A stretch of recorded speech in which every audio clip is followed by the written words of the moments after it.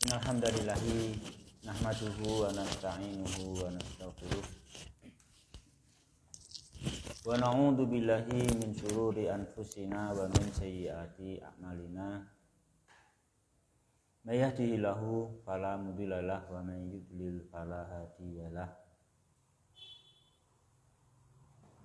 Wa asyhadu an la ilaha illallah wahdahu la syarikalah wa asyhadu anna Muhammadan abduhu wa rasuluh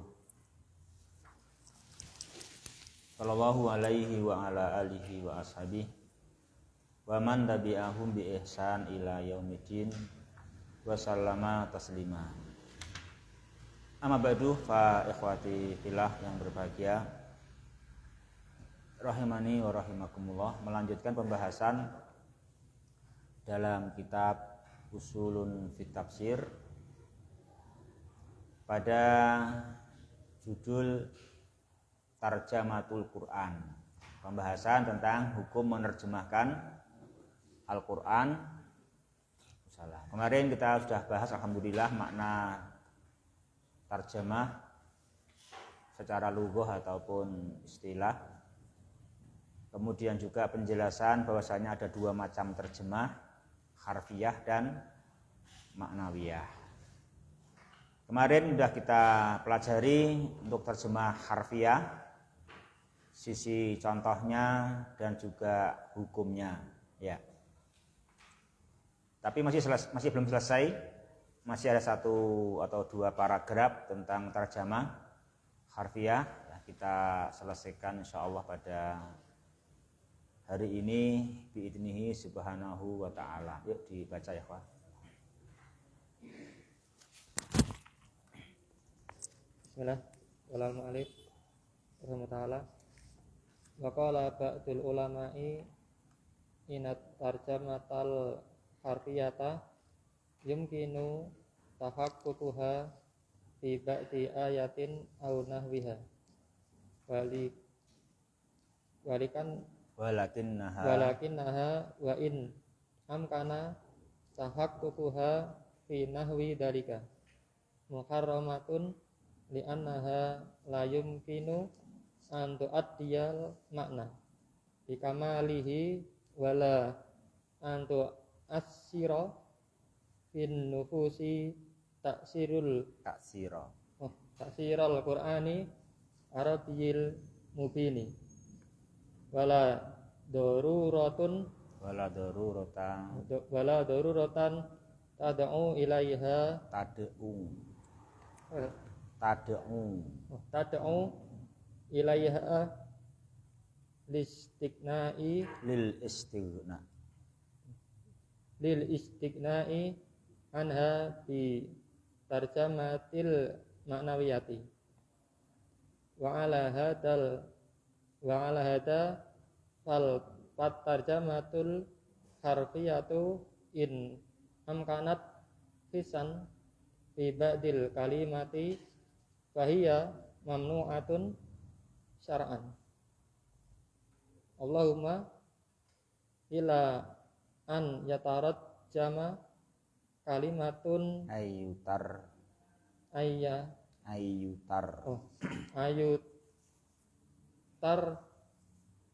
jamata ayyutar jima kalimatan qosotan bilu gotin man yukhatibuhu li yafhamaha min ghairi an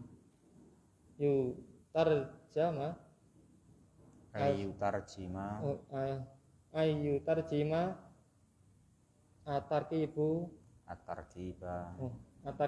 kullahu fala ba'sa. Dan sebagian ulama berkata tarjamatu harfiah memungkinkan diterapkannya di sebagian ayat, memungkinkan diwujudkan, kemungkinan diwujudkan di sebagian ayat atau semisalnya. Dan akan tapi jika sekalipun dimungkinkan diwujudkan di semisalnya demikian itu adalah diharamkan karena tidak mungkin diungkapkan makna tersebut dengan sempurna dan tidak memberi pengaruh di dalam jiwa-jiwanya, yaitu pengaruh seperti pengaruh Al-Quran Arabiah yang jelas dan tidak mendurati dan tidak ada kebutuhan mendesak tidak ada kebutuhan mendesak untuk menggunakan kepadanya karena mencukupi darinya dengan tarjamah ma'nawiyah. Dan atas dengan hal tersebut maka atas dasar hal itu dan berdasarkan hal itu maka terjemah harfiah jika sekalipun memungkinkan dirasa di sebagian kata-kata maka dia terlarang secara syar'i kecuali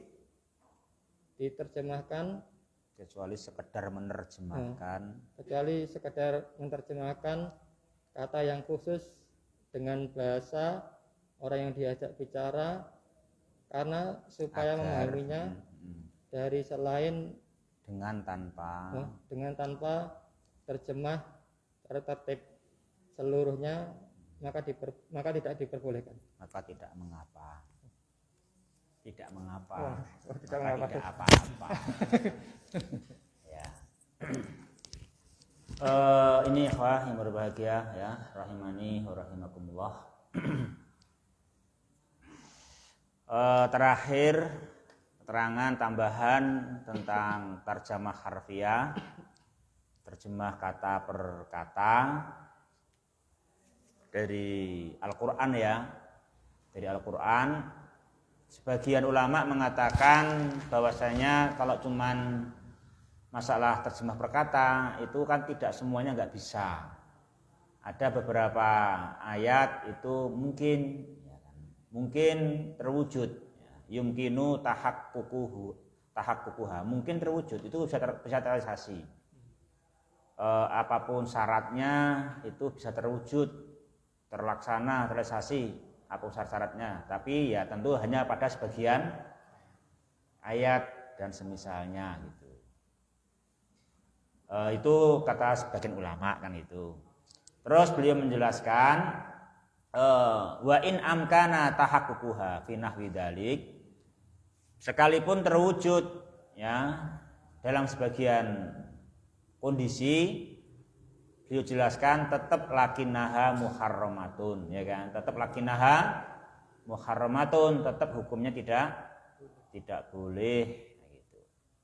Ya asalnya apa ya? Asalnya di sini asalnya ya memang tidak mungkin itu mampu mewujudkan secara utuh, tidak akan ada pengaruh di dalam jiwa seperti pengaruhnya kalau Al-Quran yang berbahasa Arab, sementara sudah ada tarjamah maknawiyah, sehingga tidak ada kebutuhan yang mendesak. Nah gitu.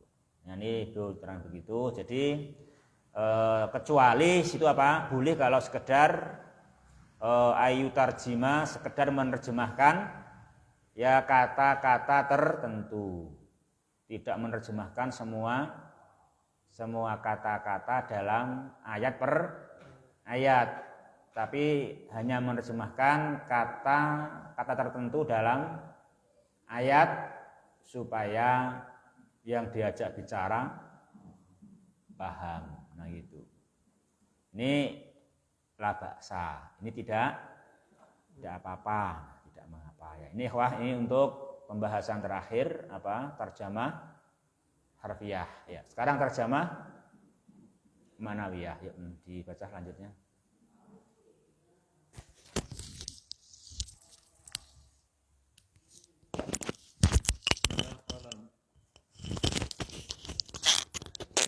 Bismillah, qala al-mu'allif rahimahullah ta'ala, amma tarjamatul ma'nawiyatu lil Qur'ani fahiya jaizatun fil asli li'annahu la mahdzurun fiha.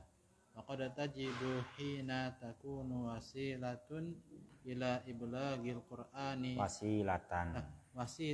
takunu wasilatan ila iblagil wasilatan mansubun khobar takunu isimnya takunu domir hiya kembali ke tarjamatul makna. Ya, at-tarjamah al-ma'nawiyah. Takun wasilatan ila iblagil Qur'ani wal islami li ghairin natiqin bil lughatil arabiyyati li'anna iblagha dzalika wajibun wa ma la yatimmul wajibu illa bihi fahuwa wajibun. Dan adapun terjemah maknawiyah untuk Al-Quran, maka dia adalah diperbolehkan dalam asalnya, dalam secara asal, karena tidak terlarang di dalamnya, dan terkadang wajib pada saat hal tersebut menjadi wasilah kepada sampainya Al-Quran dan Islam bagi orang yang bukan ajam, orang ajam dengan bahasa orang yang asing dengan bahasa Arab, karena sesungguhnya menyampaikan hal tersebut adalah wajib, dan apa saja yang tidak kewajiban itu sempurna kecuali hal tersebut, maka hal tersebut adalah wajib. Jadi kalau hukum asal terjemah harfiah nggak boleh, ya kan? Hukum asalnya nggak boleh. Bisa boleh pun itu kalau sebagian ulama di sebagian ayat, itu pun tetap tidak boleh kecuali hanya di sebagian kata dalam ayat untuk kata yang asing yang perlu diterangkan untuk memahamkan yang diajak bicara, baru la ba'sa, ya kan, baru la ba'sa dari asalnya haram. Kalau terjemah ma'nawiyah hukum asalnya dari asalnya memang jaiz, bahkan bisa menjadi wajib. Hukum asalnya jaiz bahkan menjadi wajib. Kapan menjadi wajib? Terjemah ma'nawiyah itu jika menjadi wasilah untuk iblagil Quran dan Islam, yang mana memang sampainya Islam dan Al-Quran kepada masyarakat itu memang tergantung pada adanya terjemah ma'nawiyah. Nah gitu. Nah kalau sampainya Al-Quran, sampainya Islam kepada masyarakat yang enggak berbahasa Arab itu sampainya memang tergantung adanya terjemah ma'nawiyah, ya maka dari hukumnya asal jaiz berubah menjadi wajib, ya, berubah menjadi wajib kan itu. Makanya orang yang sudah ada kesempatan hendaknya mengkaji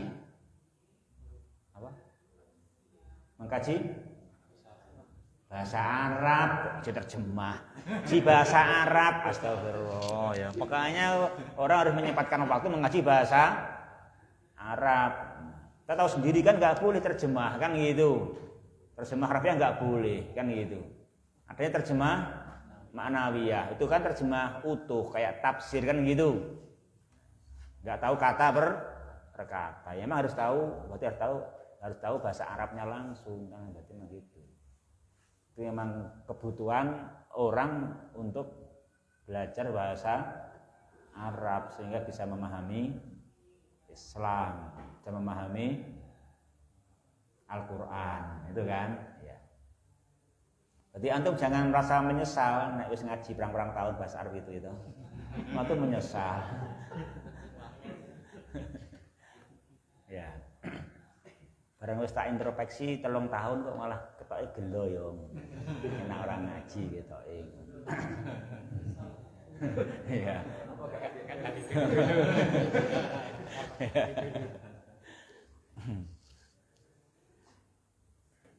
Itu ya yang berbahagia, rahimani wa rahimakumullah. Sekarang lanjut ya pembahasan yang berikutnya. Yuk.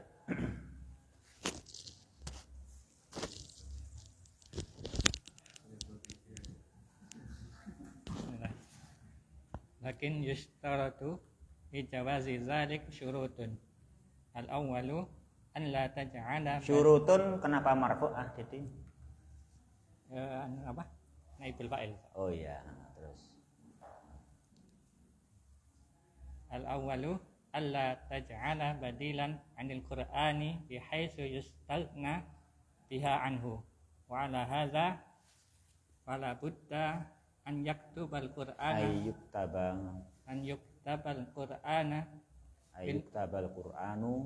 yuktabal Qur'ana bil lughatil arabiyyati wa ila janibihi hadhihi tarjamata litakuna katafsiri lahu. Tetapi disyaratkan bolehnya terjemah maknawiyah dengan syarat-syarat. Yang pertama, tidak boleh sebagai pengganti dari Al-Quran di mana mencukupkan darinya. Dan atas dasar ini maka seharusnya ketika penulisan Al-Quran dengan bahasa Arab kemudian maka seharusnya dalam memberikan terjemah maknawiyah tetap mencantumkan bahasa Al-Quran dalam bahasa Arabnya, ya toh? Ya. Tetap mencantumkan bahasa Arab dan di sampingnya ada terjemahan sebagai terjemahan baginya. Ya, seperti tafsir Al-Quran, gitu. Terus no, lanjut. Sekalian no, cuman segitu. Asani an yakuna amutarjimu aliman bimadlulati alfazi fi lughataini al-mutarjimi minha wa ilaiha wa ma taqtadihi hasabus siyaqi. Yang kedua, penerjemah paham alim dengan yang dimaksud lafaz-lafaz dari kedua bahasa terjemahan asal dan yang diterjemahkan, dan apa-apa konsekuensi sesuai siaknya. Asalisu an yakuna aliman bima'anid anfazi asyariyyati fil Qur'an. Yang ketiga,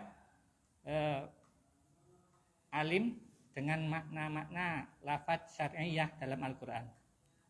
Wala tuqbalu tarjamatu lil Qur'anil al-karimi illa min ma'munin 'alaiha bihaitsu yakunu musliman mustaqiman fi dinihi. Dan tidak diterima terjemahan pada Al-Qur'an kecuali dari orang yang dipercaya atasnya, di mana dia adalah seorang muslim yang istiqamah pada agamanya. Ya.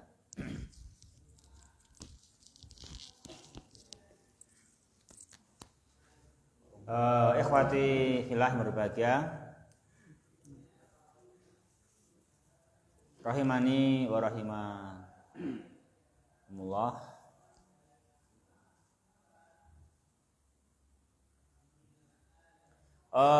Untuk terjemah maknawiyah ini tetap ada beberapa catatan ya.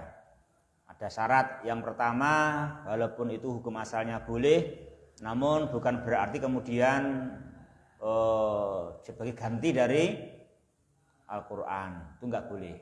Tidak boleh kemudian terjemah itu sebagai ganti dari Al-Quran. Apa artinya? Artinya Al-Quran ditulis terjemah maknawiyah saja, tok, tanpa ada Al-Qurannya gitu. Jadi satu kitab, satu mushaf terjemah Al-Quran, terjemahan tok gitu tanpa ada Arabnya. Nah, itu tidak bisa ya. Tidak boleh. Tidak boleh begitu. Sekalipun ada beberapa kitab yang lain, maksudnya selain Al-Qur'an seperti itu ya. Dan mungkin demikian umumnya itu umumnya. Untuk Al-Qur'an tidak boleh judulnya terjemah Al-Qur'an terus nggak ada Al-Qur'annya, itu nggak boleh ya. Harus ada Al-Qur'annya. Nah, itu tutur Al-Qur'annya. Kenapa? Ya karena memang kewajiban membaca Al-Qur'an. Adanya kewajiban membaca Al-Qur'an. Jadi tetap Al-Qur'an harus dibaca. Karena membaca Al-Qur'an tetap merupakan sebaik-baik jalan. Ya, sebaik-baik jalan menuju Allah Subhanahu wa taala tetap membaca Al-Qur'an. Makanya tidak bisa terjemah meskipun maknawiyah ya kan tanpa menyebutkan Al-Qur'annya. Maka sini beliau terangkan ya sebaiknya diatur satu halaman itu sama dipakai untuk Arabnya dan terjemahnya. Nah, gitu. Di satu halaman itu ya sejauh mana itu bisa untuk Arabnya dan terjemahnya. Ya, akhwati fillah berbahagia rahimani wa rahimakumullah. Yang pertama, jadi sekalipun itu boleh terjemah maknawiyah enggak boleh dicukupkan. Bihaitsu yustaghna biha. Cukup dengan terjemah saja tetap enggak boleh. Tidak bisa hanya begitu. Yang kedua, beliau terangkan di situ ya, syaratnya mutarjim. Jadi memang sekalipun itu terjemah maknawiyah itu boleh, tapi enggak kemudian sembarang orang melaksanakan terjemah Al-Qur'an. Ada persyaratan-persyaratan bagi siapa yang dia menerjemahkan Al-Qur'an. Nah, itu yang nomor 2 harus tahu. Tahu di situ disebutkan harus tahu madlulatil alfat dalam kedua macam bahasa. Bahasa Arabnya dia harus tahu tentu dan bahasa yang dipakai untuk menerjemahkan. Harus tahu juga siyaknya kan gitu.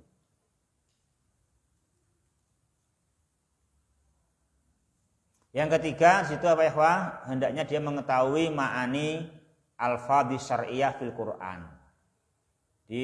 Harus tahu makna-makna syar'i karena sering nanti itu lafaz-lafaznya kan maknanya makna syar'i. Bahkan bila ada perbedaan antara makna syar'i dan lughawi, hukum asalnya apa? Dimenangkan makna syar'i. Oleh karenanya si penerjemah harus tahu makna-makna syar'i ya, seperti sholat secara syar'i apa, secara lugh apa, gitu kan? Nah, ketika dikehendaki makna syar'i maka sebutkan itu makna syar'i itu toh. Kayak yang kita bahas kemarin waktu apa? Tafsir. Ya kan membahas tafsir atau marojik dalam tafsir. Ya, itu ya yang berbahagia. Yuk lanjut.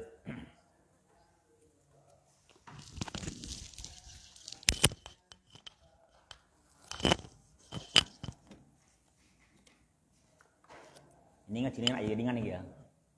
Ngajinya enak enteng.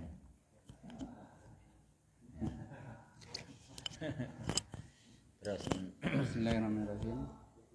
Al-mustahiruna bitafsiri minas sahabati istuhira bitafsiri jama'atun istahara bitafsiri jama'atun minas sahabati Dzakara Suyutiyu minhumul khulafa'a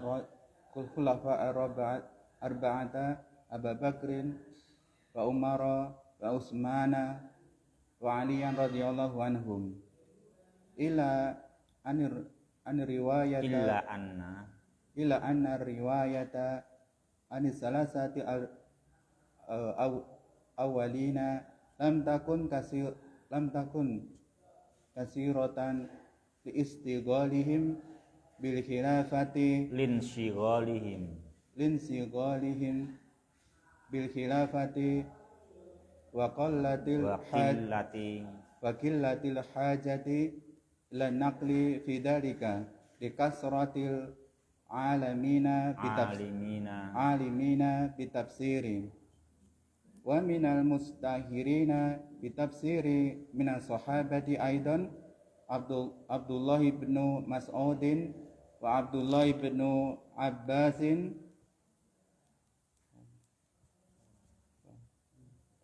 fal nutarjim li hayati Ali ibn Abi Thalib ma'ahadaini radhiyallahu anhum.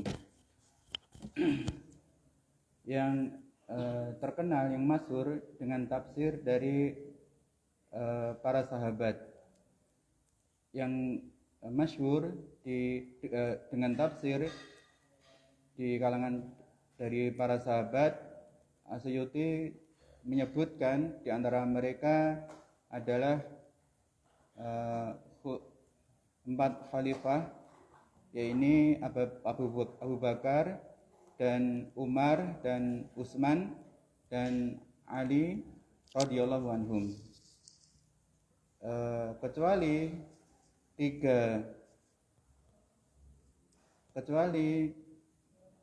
riwayat dari 3 yang pertama. Hanya saja. Hanya saja riwayat dari 3 yang pertama ia tidak banyak dikarenakan kesibukan mereka di dalam masalah pemerintahan dan sedikitnya keperluan kepada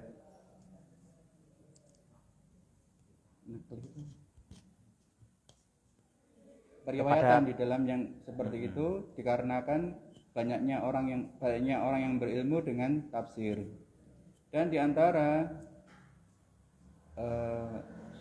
yang dikenal di dalam tafsir dari kalangan sahabat, di antaranya juga yaitu Abdullah ibnu Mas'ud dan Abdullah ibnu Abbas.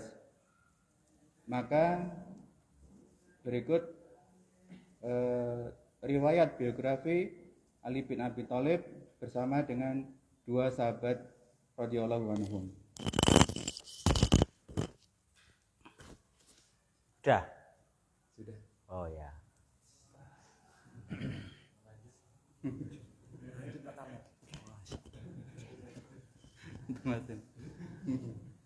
Ikhwati fillah yang berbahagia, rahimani wa rahimakumullah.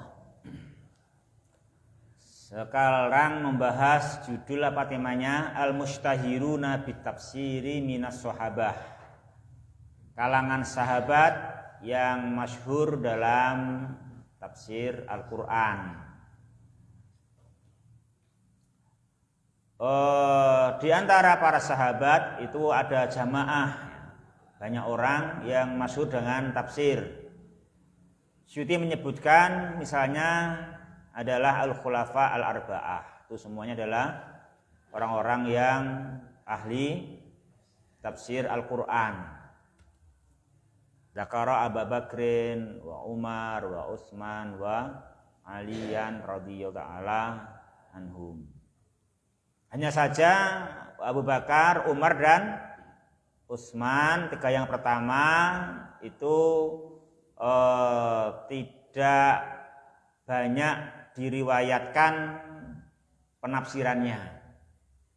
Jadi penafsiran yang beliau lakukan, penafsiran Al-Qur'an yang dilakukan oleh Abu Bakar, Umar maupun juga Utsman itu lam takun katsirotan, tidak banyak. Jadi mereka sebetulnya tahu dan mengamalkan tafsir Al-Qur'an, tapi tidak banyak disebutkan karena yang pertama yang mereka mengurusi kekhilafahan, yang kedua memang sedikitnya kebutuhan. Itu memang ya di sini kadang-kadang makanya termasuk kesuksesan orang itu sangat dipengaruhi oleh musim sebetulnya. Jadi kalau musimnya itu, kalau udah musim itu biasanya berkembang. Makanya termasuk sukses dakwah itu adalah bila dia itu muncul pada musimnya. Itu penting itu. Makanya antum nanti kalau diberkahi dan berkah itu nanti kamu ketemu musimnya, ya kan? Kalau ketemu musimnya itu masya Allah berkembang berbuah dengan cepat. Karena ketemu musimnya kan gitu. Bahwa Nabi kita aja kan waktu di Mekah kan belum musimnya diterima, masih banyak penolakan kan gitu. Tapi waktu pada musimnya bayangkan ketika ketemu di Madinah itu negeri yang hebat, tetapi karena nggak pakai Islam, nggak pakai iman, kehebatannya hancur. Apa? Mereka bertengkar sendiri, bertengkarnya Aus dan Khazraj kan gitu. Itu karena mereka sebetulnya hebat, dikdaya, tapi nggak pakai iman, nggak pakai Islam, nggak mampu bersatu. Sehingga sebagian mereka dengan yang lain sama-sama kuatnya saling membinasakan. Itu disayangkan sekali ya kan, disayangkan sekali. Sehingga orang-orang Madinah itu betul-betul rindu. Jangan sampai kita tidak punya pemersatu, kan gitu. Jangan sampai nggak punya tokoh yang menyatukan kita lagi, karena kita percuma membangun kehidupan peradaban. Oh ternyata satu dengan yang lainnya saling menghancurkan, kan gitu. Nah, rindu sekali, makanya mereka siap menerima Rasulullah Muhammad Sallallahu Alaihi Wasallam ke Madinah, dan itu akhirnya semuanya kecocok, nah gitu. Itu musim seperti itu, namanya mendapatkan musimnya, mendapatkan saatnya kan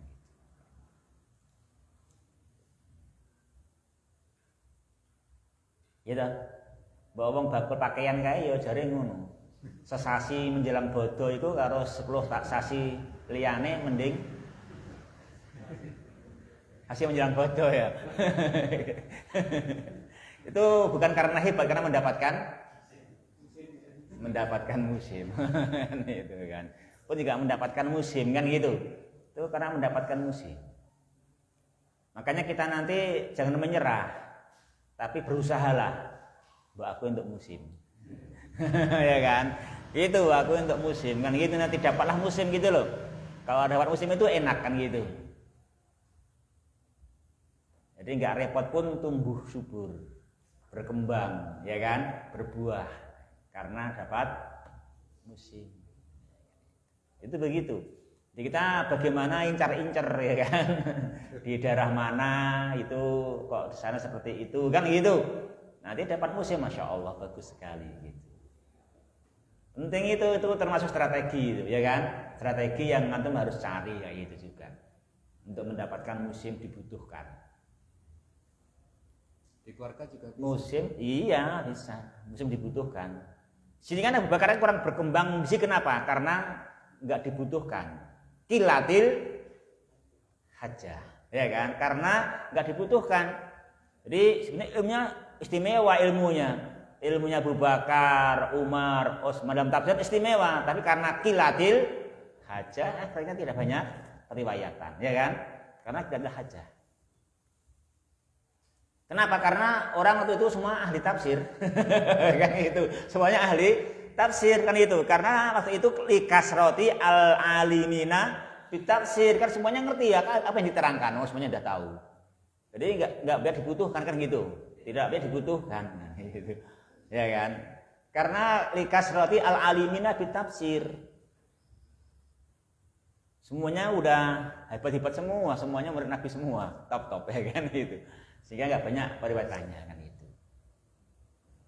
Makanya antum nanti walaupun segini, kalau itu musimnya nanti istimewa, antum nanti berkah nanti gitu. Makanya jangan menyerah, ayo cari musim. Ya kan itu kan. Dapatkan musimnya kan itu kan. Dapatkan musimnya. Nanti dibutuhkan, masya Allah kan gitu. Nabi juga berjuang kayak gitu, dibutuhkan di Madinah baru berkembang dengan baik, berkembang pesat kan gitu.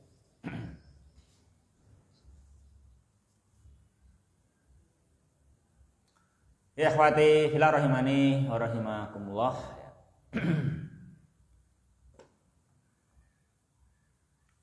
Kemudian beliau jelaskan di sini di antaranya juga di antara para sahabat yang ahli dalam tafsir dan masyhur adalah Abdullah bin Mas'ud, Abdullah bin Abbas. Nah itu. Maka akan beliau terang di sini terjemah fal mutarjim, maka kita akan berikan terjemah. Apa sih makna terjemah? Apa makna terjemah fal mutarjim? Kita hendaknya menerjemahkan. Hah?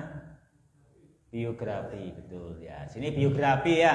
Fal mutarjim ini terjemah bagaimana biografi ya. Biografi. Kami akan memberikan biografi, itu kan? Biografi itu mana fal mutarjim. Kita akan memberikan biografinya untuk khalifah yang keempat. Ya kan? Yang banyak dinukil tafsirnya sudah dibutuhkan oleh manusia. Sudah dibutuhkan. Di zaman Ali udah beda dengan zaman sebelumnya sudah dibutuhkan untuk menyampaikan tafsir Al-Quran. Manusia sudah butuh, makanya Ali pun juga melaksanakan kewajibannya menafsirkan Al-Quran. Demikian juga Abdullah bin Abbas, juga Abdullah bin Mas'ud radhiyallahu ta'ala anhum ajmain. Nah sini beliau akan jelaskan. Itu ya Pak. Jadi sini makanya jadi ada satu titik ya, nanti antum cari celahnya ya tadi apa? Nunggu musim ya kan gitu. Nunggu musim, cari di mana dibutuhkan itu. Itu nanti itu berguna sekali. Dan juga nanti kan berguna sekali gitu. Berguna sekali. Ya. Mungkin gaya masjid anyar terus dibina gitu kan. Nanti musim mendapatkan tempat itu kan tempat yang dibutuhkan kan gitu. Kan juga banyak orang yang mereka itu kalau di sini ada masjid saya mau sholat kan itu kan. Itu biasa situ banyak situ di berbagai tempat orang itu nunggu di tempatnya ada masjid baru mau nanti sholat kan gitu. Mau belajar dan melakukan kan gitu misalkan. Ya kita lanjutkan ya Wah sekarang lanjut yuk.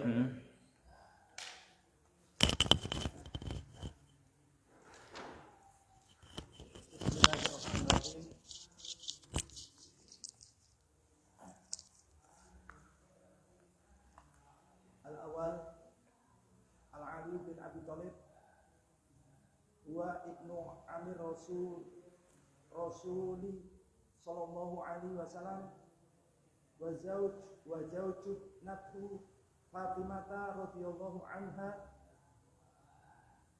wa awalu man amana bihi min qarabatihi istahara bihadzal ismi wa kunyatuhu Abu Hasan wa Abu Turab wulida qabla bu'isah nabiyyu Bi'sati nabiyyu an-nabiyyi sallallahu alaihi wasallam bi asara sinina wa tarabi fi wa tarabba fi'il madhi sebagaimana wulida wa tarabba fi hijrin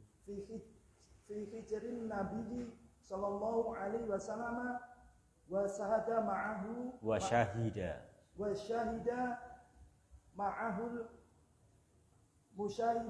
masyahida kullaha wa kana sahibul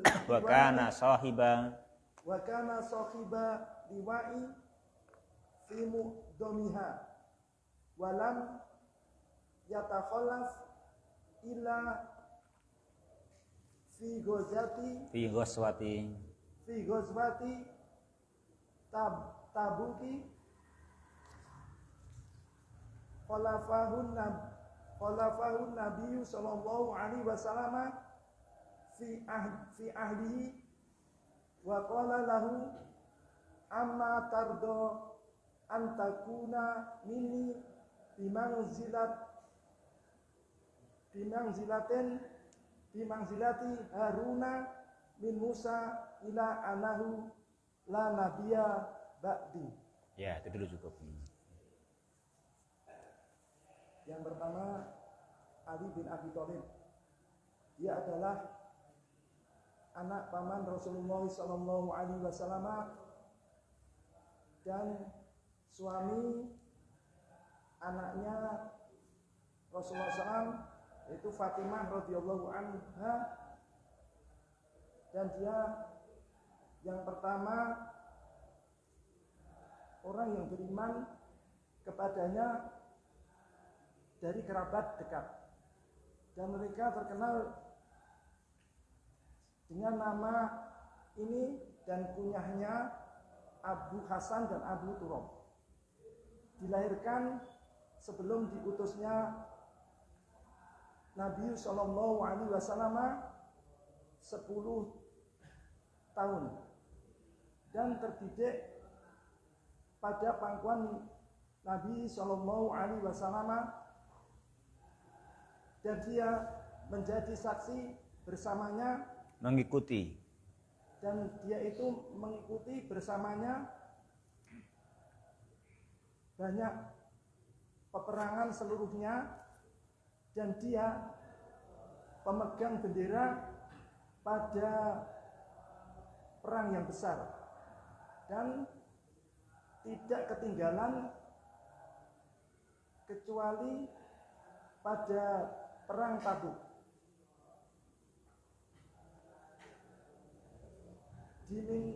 Nabi diminta menjaga pada keluarganya,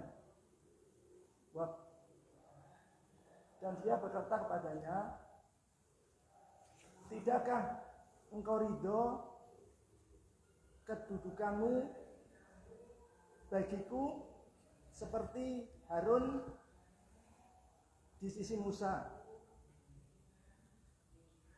kecuali hanya saja bahwasanya tidak ada nabi setelahku.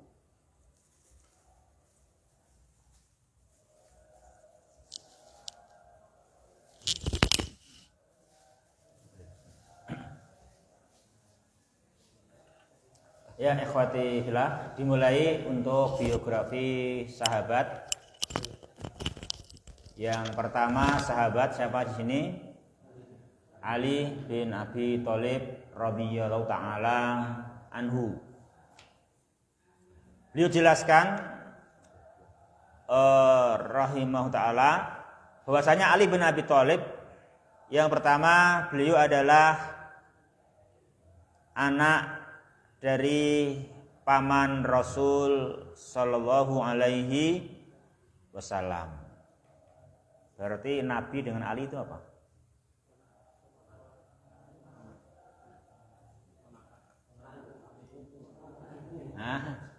Sepupu. Ya. Berarti Nabi dan Ali apa? Sepupu, ya kan? Sepupu. Yang sekandung siapa?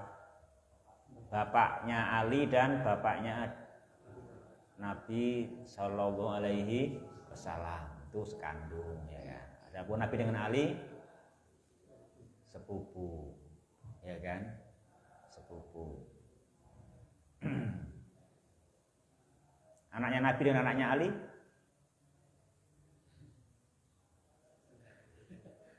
sebetis.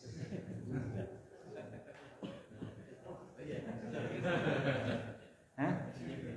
Ya betul loh, memang begitu penamaannya. Namanya akhun lisak. Lisak. Pakai sin, lisak. Saudara sebetis, akhun lisak. Ya pertama kan seperut, itu sekandung namanya. Ya kan? Satu rahim, sekandung, terus turun sepupu. Bahasa Arabnya akhun lifakhidin. Ya begitu memang namanya begitu, namanya begitu. Akhun lifakhidin nama itu. Nama itu akhun lifakhidin. Diturun lagi sama anaknya sebetis, akhun lisak. Ya, lisak nah itu ya. Kalau kita masih agak aneh, soalnya sekarang sepupu serak kenal, komunis harus sebetis. Ya Pak ya, coba sih kenal, selalu dipakai. Makanya kita kenalkan ke biar kita tuh rukun semua gitu. Sekandung rukun, sekandungnya udah rebutan warisan. Padu nantian ya. Apalagi sepupu, serang gagas. Sebetis serak rungu. Dan kita harusnya kita masih. Bahkan kita masih bawahnya sebetis. Itu masih namanya kerabat, masih. Bawahnya sebetis masih kerabat. Emang harus utuh ke bawah harus semua itu kerabat namanya kan itu. Itu organ kita, jawarih kita kan itu. Kemudian yang kedua Ali bin Abi Thalibin apa ya ikhwah? Suami untuk putri beliau. Siapa yang namanya? Fatimah. Fatimah radhiyallahu anha. Kemudian yang ketiga Ali bin Abi Thalibin adalah kerabat pertama yang beriman. Kerabat pertama yang beriman, ini yang benar ya. Kerabat yang pertama yang beriman. Beliau adalah orang yang beriman kepada Nabi SAW dari kerabatnya. Tapi beliau bukan yang pertama bukan pertama yang beriman, tapi pertama dari kerabatnya yang beriman. Ya, itu. Adapun yang pertama kali beriman Abu Bakar, atau kalau dihitung Warokoh kalau dihitung. Cuman kan dia udah beriman sebelum jadi Rasul, udah beriman, ya kan? Udah beriman kan gitu, udah mengerti, udah beriman. Udah menjadi ya Abu Bakar Siddiq ya. Ya khawati filan berbahagia, rahimani wa rahimakumullah. Kemudian beliau siapa kunyahnya? Yang pertama beliau namanya siapa? Namanya Ali bin Abi Thalib. Memang beliau itu terkenal gitu. Istahara bihadal ismi. Ya, beliau apa memang terkenal dengan nama Ali bin Abi Thalib. Itu terkenalnya Ali bin Abi Thalib terkenalnya begitu. Ali bin Abi Thalib terkenalnya demikian.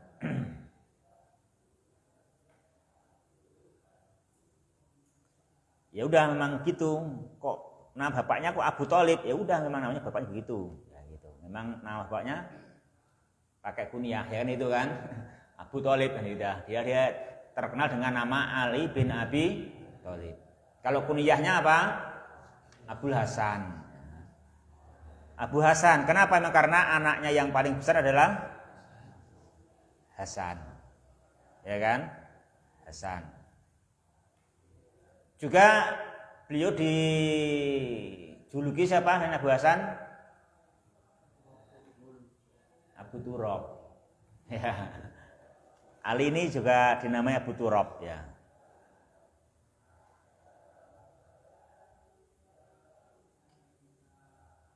Itu yang menamai Nabi itu. Nabi menamai Ali dengan Abu Turab setelah menjadi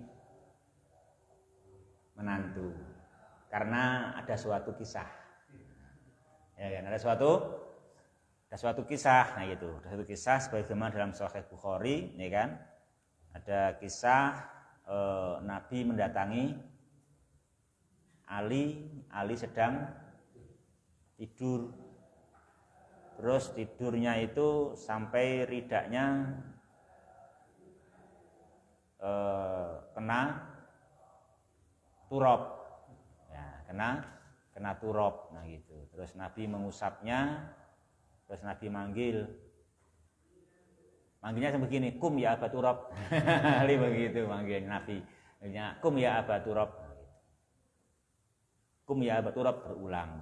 Akhirnya jadi kunyahnya beliau radhiyallahu taala anhu. Ya.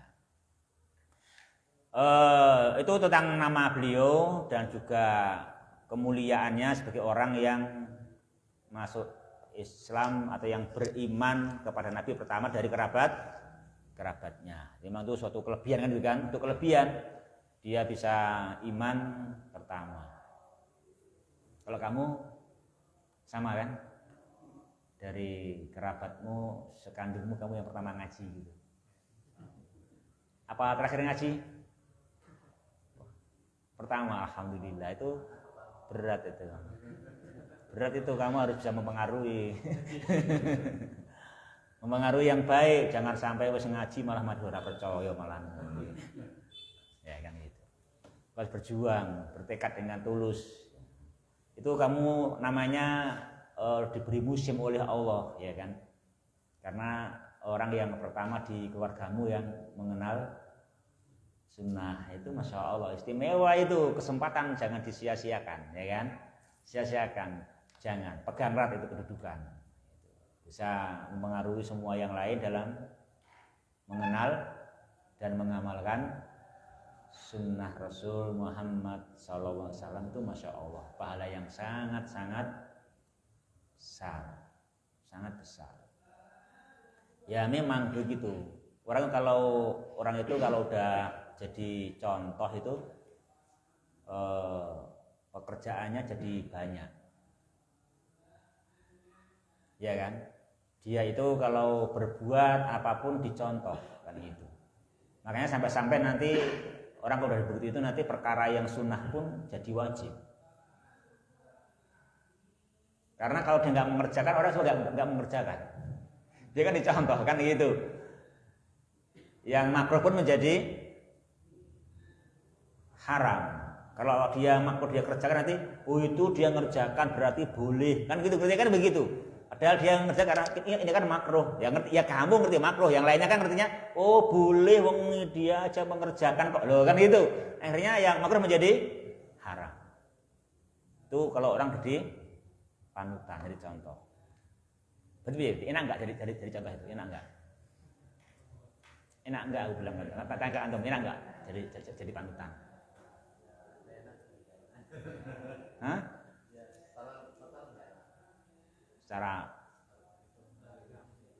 Secara umum adalah enak sekali, ya kan?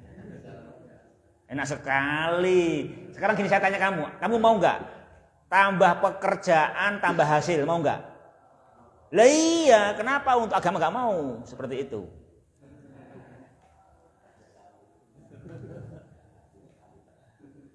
Itu kan berarti kan itu berarti kita itu kalau jadi panutan, kamu jadi ustadz itu nanti enak. Kenapa? Karena kamu itu tambah pekerjaan, tambah hasil. Gimana? Karena yang sunnah menjadi wajib, yang makruh menjadi haram. Kan tambah pekerjaan dah. Tuh tambah pekerjaan, jangan tambah berat, jangan. Tuh tambah pekerjaan ya, akhi. Nek dunya wae tambah pekerjaan seneng lho. Nyambi ngendi tampa kabeh kita ngendi dinyangi kabeh ngono. Tambah pekerjaan dinyangi kabeh, tambah hasil ngono. Masa nek masalah agama ngono ra iya, ora gelem. Kan itu.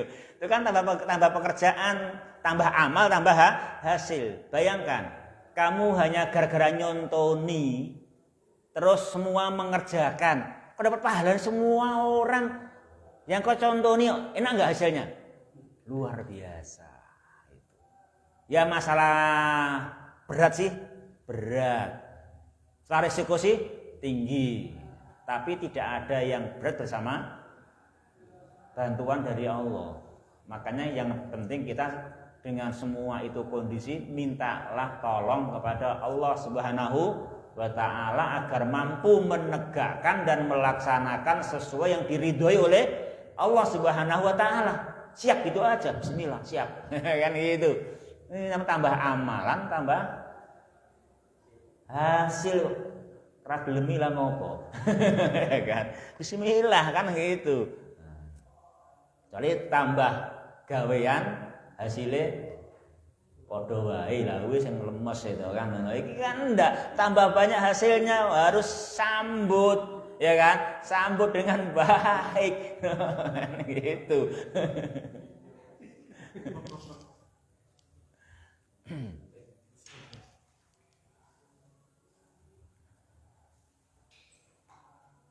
Ya, akhwati fillah rahimani wa rahimakumullah. Selanjutnya masih terjemah sahabat Ali bin Abi Thalib radhiyallahu taala anhu, ikhwah. Beliau lahir 10 tahun sebelum kerasulan. Ya. Beliau lahir 10 tahun sebelum kenabian. Ya. Iya gitu ya. Berarti umur Ali sama umur Nabi sallallahu alaihi wasallam beda berapa tahun?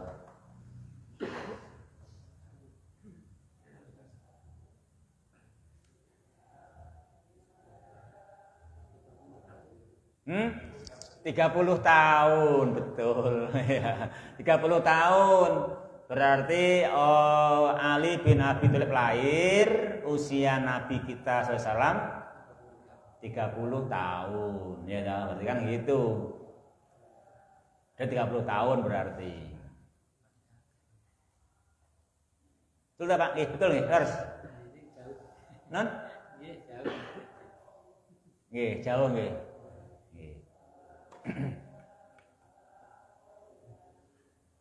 Udah 30 tahun.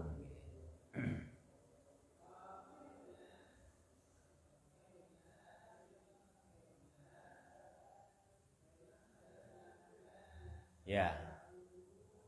Berarti Ali beriman usia berapa, Pak? 10 lah. Itu langsung beriman ya kan. 10 ya. Ya. 10 tahun ya. Ali beriman usia 10 tahun ya, 10 tahun. Betul begitu. Kemudian berikutnya ikhwati fillah rahimani wa rahimakumullah. Beliau Ali bin Abi Thalib radhiyallahu anhu tarabba. Beliau apa? Tarabba, terdidik. Tumbuh dan berkembang di asuhan Nabi Muhammad Sallallahu Alaihi Wasallam. Saya, padahal sepupu ya, kok bisa? Ya, emang Nabi diasuh bapaknya Ali. Ya kan gitu toh? Ya kan Nabi kan diasuh oleh bapaknya Ali.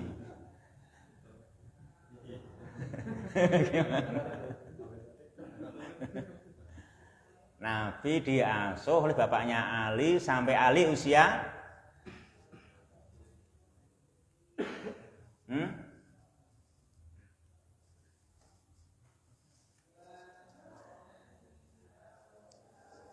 sampai usia 20-an tahun lah.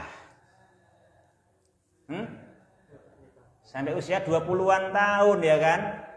Karena masih diasuh kan itu kan, terus kan gitu. Sampai Nabi pun jadi Nabi masih bersama Abu Thalib. Ya kan demikian. Ya. Yang berikutnya ikhwah, wa syahida ma'ahu al-masyahida kullaha.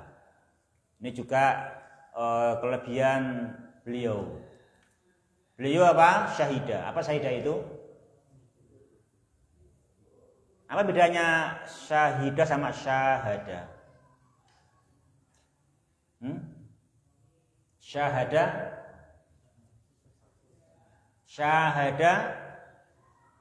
Syahada menonton. Syahada yusyahidu musyahadah. Ya toh? Nonton. Kalau syahidah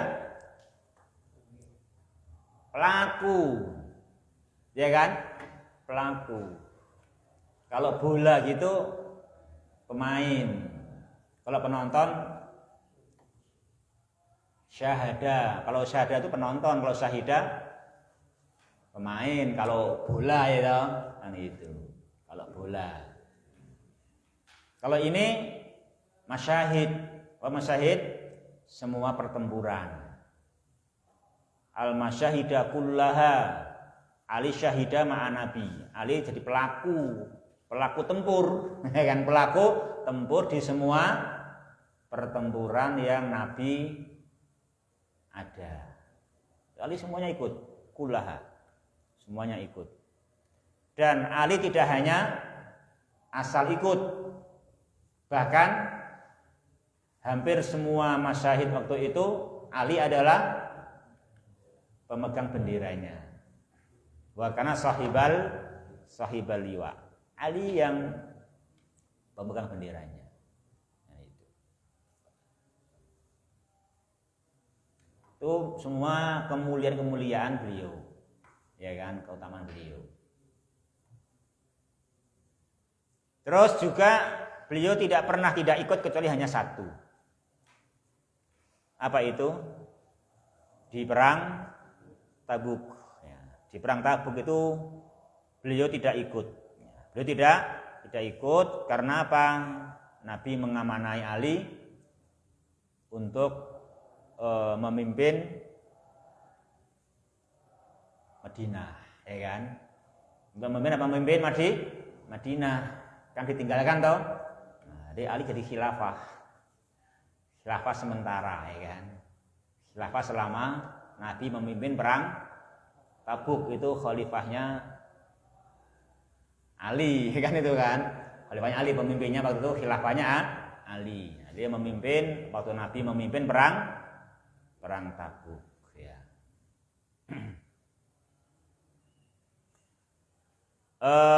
Ikhwati fillah rahimani wa rahimakumullah.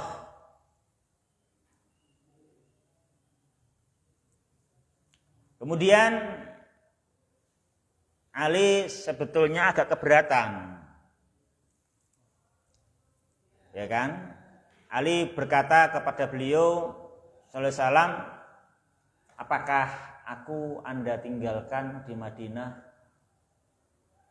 bersama wanita-wanita dan anak-anak? Gitu. Ali begitu. Itu keberatannya begitu. Enakan ikut kan itu kan. Enakan ikut aku di sini bersama wanita-wanita dan sama anak-anak. Kan itu di Madinah kan itu. Karena semuanya berangkat perang ke Tabuk kan gitu. Terus Nabi menghibur Ali dengan sabdanya, ama tardo antakuna minni bimanzilati Haruna min Musa. Hanya saja tidak ada nabi setelah aku. Kalau Harun itu dijadikan penggantinya Musa dan juga menjadi nabi. Kalau Ali tidak, karena nggak ada nabi sesudah Nabi kita Muhammad sallallahu alaihi wasallam.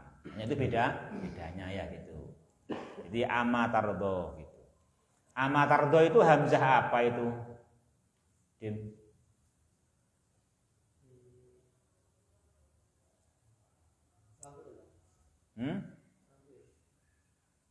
Kamu Tri? Ama ya hamzah istifham lah. Oh, gimana? Hamzah apa? Hamzah istifham. Itu ma apa? Itu ma apa itu? Itu ma apa? Hah? Iya, manafi kan? Betul, itu manafi. Jadi ama tidakkah? Ya kan itu kan?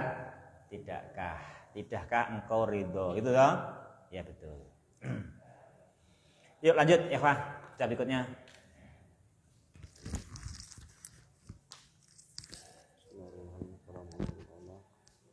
Nuqila lahu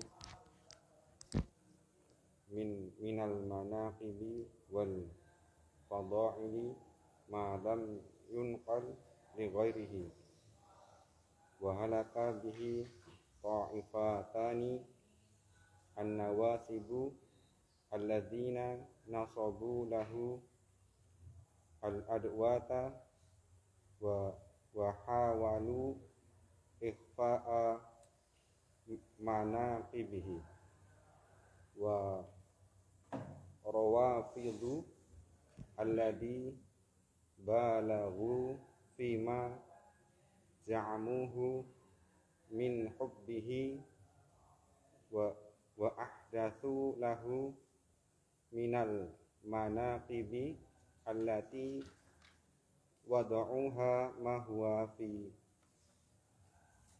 ghinan anhu bal huwa inda ta'ammuli minal matalibi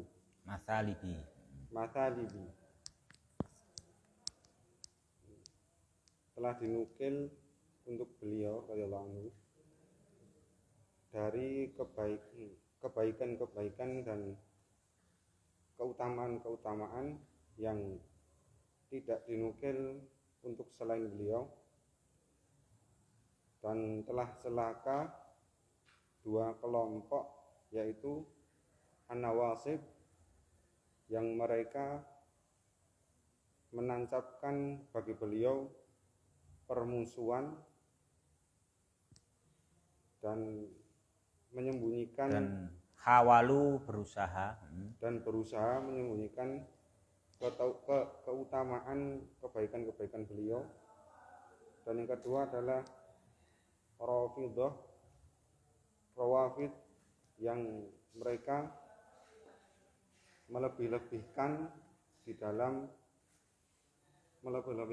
tentang pengakuan mereka dari cintanya mereka, dan mereka mengarang. Berarti Rawafid mencintai Ali enggak? Hah? Cinta dalam pengakuan, hakikatnya tidak. Makanya kata-katanya fima za'amu, ya kan? Fima za'amu,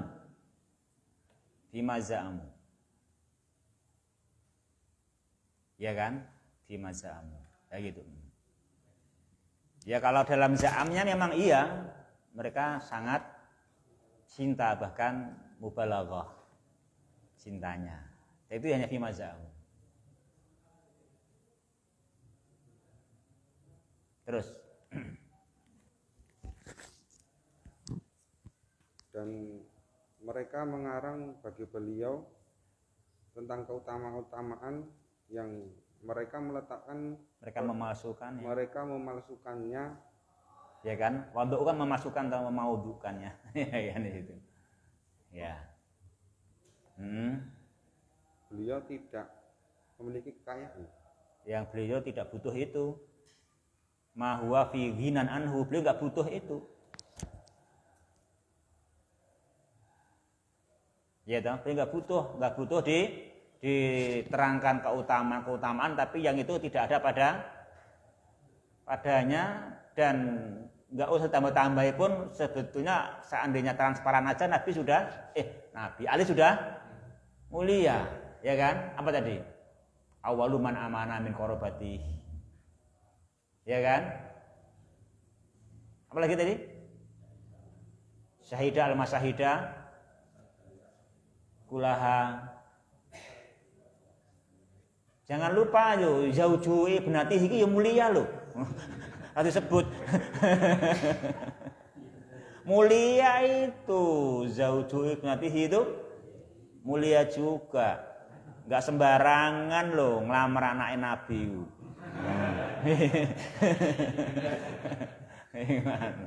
Enggak sembarangan, ya kan?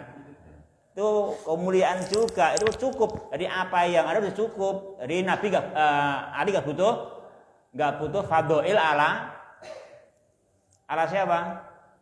Ala Rawafid yang dilebihkan, itu malah enggak bagus. Itu namanya malah al-masalib. Ya kan? Itu malah namanya al-masalib, itu kan begitu.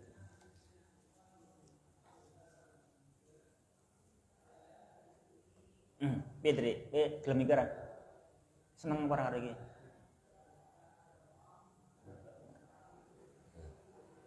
Ora ngerti enake iki.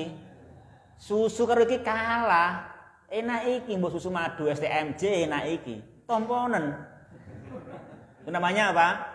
Melebih-lebihkan yang itu tidak ada padanya, terus karena itu dia cinta. Makanya namanya za'amu fi min hubbihi. Cinta yang palsu juga karena mencintai ini karena iki tenan iki ngluwi STMJ lah ngono kan cinta yang palsu berarti. Ya enggak? Ya cintanya wajar, cinta kepada air minum ini lah wong diyakini ini melebihi STMJ. Piye ora seneng? Ya kan? Itu cintanya Rawafid begitu kepada Ali. Mana namanya di sini apa namanya? Ini namanya adalah balaghu fi maz'amuhu min hubbi, itu begitu maksudnya ya kan itu. Jadi hakikatnya enggak cinta. Karena cintanya kan wis diunggah-unggah kese. Ya kan? Dinaik-naikkan dulu dia baru cinta kan gitu. Itu mana fi maz'amu. Itu yang bahaya gitu. Jadi kalau terbongkar hakikatnya di lab ternyata bukan STMJ, pasti ngene ya toh, langsung benci ya kan? Langsung benci kan gitu. Makanya pasti di yaumul qiyamah besok dijamin Rafidhah itu pasti benci kepada Ali. Kenapa? Karena semua mauduat yang karenanya mereka cinta semuanya terbongkar semua, ternyata enggak seperti itu. Ali bin Abi Thalib akan benci pasti kan begitu. Akan membenci Ali bin Abi Thalib. Jadi ini dulu yang kita bahas.